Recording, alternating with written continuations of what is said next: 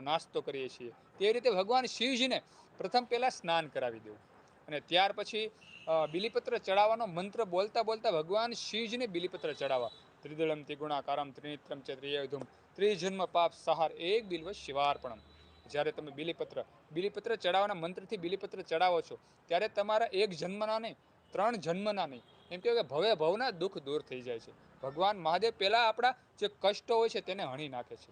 અને ત્યાર પછી આપણે ભગવાન મહાદેવને જો પ્રાર્થના કરીએ, હે ભગવાન મહાદેવ અમારા જીવનમાં ભરપૂર સુખ છલકાવો, તો તમને 100% નહીં પણ 1001% ભગવાન મહાદેવ આદ્રા નક્ષત્રના દિવસે જે કોઈ માનવ કે ભગવાન શિવજી સમક્ષ કાંઈ પણ માગશે તે મળશે જ. કારણ કે તે દિવસે ભગવાન શિવજીની ઉર્જા વધારે હોય છે. નિત્ય આપણે પૂજા કરીએ તો ભગવાન મહાદેવ આપણને આપે જ છે, પણ આદ્રા નક્ષત્ર છે તે દિવસે ભગવાન શિવજીનો એમ કે લિંગ રૂપે પ્રાગટ્ય દિવસ ગણાય. જે રીતે આપણો જન્મ દિવસ હોય અને આપણે કેટલા રાજી હોઈએ